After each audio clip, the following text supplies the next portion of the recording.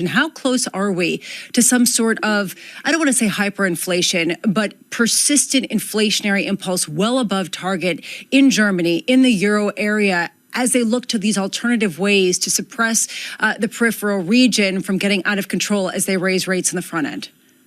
Well, Europe is in a very, very sharp economic downturn.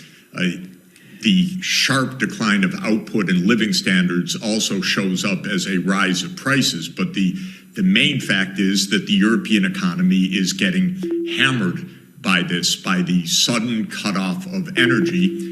And now, to make it definitive, the destruction of the Nord Stream pipeline, which I would bet was a U.S. action, perhaps U.S. and Poland.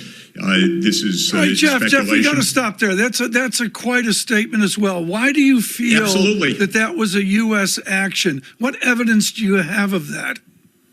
Well, first of all, there's direct radar evidence that U.S. Helicopters, military helicopters that are normally based in Gdansk, were circling over this area.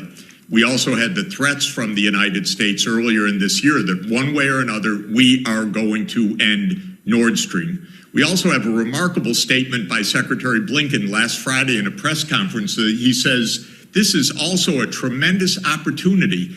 It's a strange way to, it's a strange way to talk if you're worried about the piracy on international infrastructure of vital significance. So I know this runs counter to our narrative. It runs, you're not allowed to say these things in the West. But the fact of the matter is, all over the world, when I talk to people, they think the U.S. did it.